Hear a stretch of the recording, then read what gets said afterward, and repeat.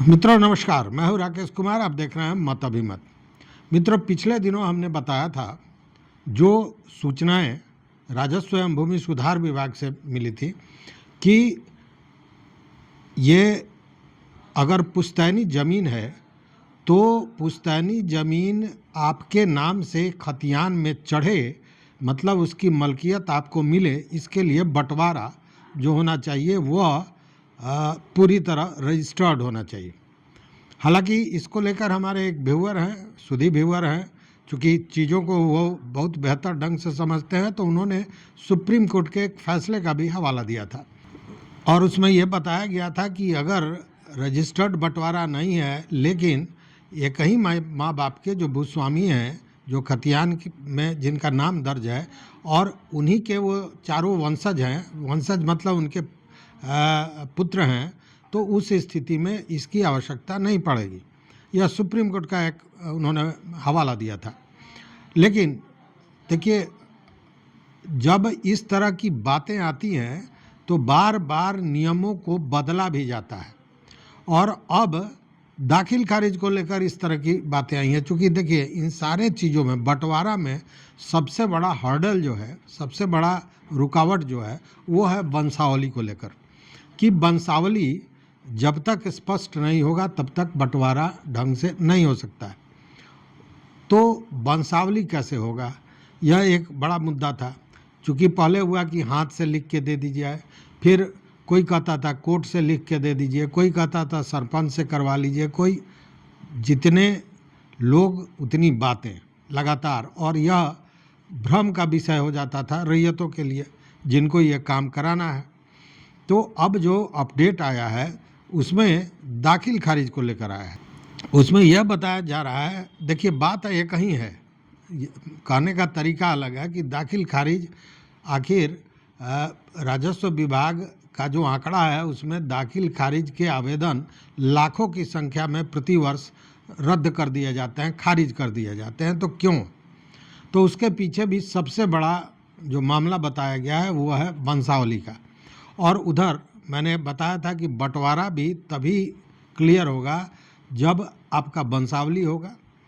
तो इन सारे चीज़ों को लेकर जो अपडेट आया है वो बड़ा महत्वपूर्ण है। और अब जो हाथ से लिखित आप देते थे वो भले मान लिया जाता है स्वघोषणा पत्र में कि हाथ से लिख के वंशावली दे दीजिए, सारे लोग दस्तखत कर दीजिए, हो गया, लेकिन दाखिल खारिज के लिए कुछ अलग नियमावली है और उसकी जानकारी आवश्यक है। तो देखिए, अगर दाखिल खारिज आपको कराना है तो उसके लिए आपको वंशावली तैयार करना होगा, और वंशावली भी तैयार स्वयं से नहीं करना है। उसके लिए 3 प्रावधान दिए गए हैं। ग्रामीण क्षेत्रों में अगर वंशावली का मामला आता है, आपका कोई पुश्तैनी ज़मीन है और उसको चाहते हैं कि दाखिल खारिज हो और वो आपके नाम से आ जाए, तो इसके लिए वंशावली की ज़रूरत पड़ेगी। आपके नाम से आ जाए का मतलब देखिए, यहाँ फिर यही जो पर्दों में बात की जाती है उसी के चलते भ्रम पैदा होता है। जब वंशावली पूरा क्लियर होगा तभी तो बंटवारा होगा, और जब बंटवारा होगा तभी तो दाखिल खारिज आपके नाम से होगा, मतलब आपके नाम से जमाबंदी बनेगी। तो चीज़ एक ही है, लेकिन बात करने का या यूँ कहे कि इस तरह से चीज़ों को सामने लाया जाता है कि भ्रम की स्थिति पैदा हो। तो दाखिल खारिज में ये कहा गया है कि 3 विकल्प दिए गए हैं। एक तो ये, ग्रामीण क्षेत्रों में अगर आप ग्रामीण क्षेत्र में हैं और पुश्तैनी ज़मीन को अपने नाम से दाखिल खारिज कराना है, उस स्थिति में आपको जो वहाँ का, उस गांव का, उस पंचायत का सरपंच है, उससे आप जो दाखिल खारिज के लिए वंशावली बना रहे हैं उसका सत्यापन कराना होगा। मतलब सरपंच उस पर दस्तखत करेगा, मोहर करेगा, तब वो मान्य होगा। उसी तरह अगर आप शहरी क्षेत्र में हैं, उस स्थिति में अगर पुश्तैनी कोई संपत्ति है और उसको आपको अपने नाम से कराना है, उसके लिए दाखिल खारिज की ज़रूरत है और तब ज़रूरत पड़ेगी वंशावली की। तो उस स्थिति में आपको जो वहाँ का वार्ड कमिश्नर है उससे कराना होगा सत्यापन, अथवा जो कार्यपालक पदाधिकारी नगर परिषद के, नगर निगम के, होते हैं उनसे कराना पड़ेगा, तब वो मान्य होगा। और अगर वंशावली कोर्ट द्वारा अप्रूव्ड है, कोर्ट द्वारा सत्यापित है, तब तो मान्य होगा ही होगा, चूँकि कोर्ट सर्वोपरि है इस मामले में। तो इस तरह से 3 ये व्यवस्था दी गई है। मतलब कि अगर दाखिल खारिज आपको करना है तो इन चीज़ों की ज़रूरत पड़ेगी। देखिए, स्वघोषणा पत्र में जो सामान्य रूप से मांगा जा रहा है कि हाथ से आप लिख के दे दीजिए, तो वह भी जब शिविर आपके गांव में जाएगा तो वहां के लोगों से उसका सत्यापन कराएगा ही कराएगा, बिना कराए वो होना नहीं है। और इसीलिए यहाँ पे सरपंच की बात की जा रही है, तो वहाँ भी ये देखिए प्रोसेस तो वो होना ही होना है, लेकिन कान ऐसे नहीं पकड़ के ऐसे पकड़ने वाली बात है। खैर, अब इस वंशावली में एक और महत्वपूर्ण विषय है।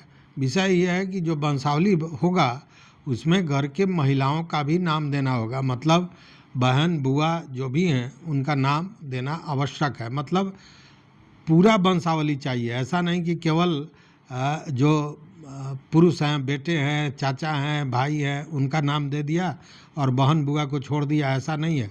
सारे लोगों को देना है। इसको लेकर हम पहले भी जो कोर्ट का आदेश है और तमाम जो इसको लेकर आदेश निर्देश आए हैं उस पर हम वीडियो बना चुके हैं, आपने देखा भी होगा। तो कहने का मतलब वंशावली पूरा होना चाहिए, घर की महिलाओं का भी नाम उसमें होना चाहिए। तो ये तो दाखिल खारिज का मामला है। चूँकि दाखिल खारिज में लाखों की संख्या में आवेदन खारिज कर दिए जाते हैं, रद्द कर दिया जाते हैं प्रतिवर्ष, और इसी को लेकर विभाग ने इस बात को स्पष्ट किया है। दूसरी बात करें तो सर्वे चल रहा है और इस सर्वे के दौरान लगभग 17,86,000 एकड़ ज़मीन ऐसा मिला है जो बेलगानी है।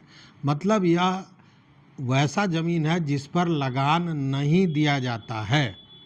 लगान नहीं दिया जाता है मतलब एक तरफ से उसको समझे कि सरकारी भूमि है। अब उन भूमि का भी जो सर्वे होगा उसमें उसका भी सत्यापन होगा, और संभावनाएं ये व्यक्त की जा रही हैं कि अगर वो आपके मलकियत में जाती है तो उस पर आपको लगान देना होगा। मतलब सरकार को लगान मिलेगा।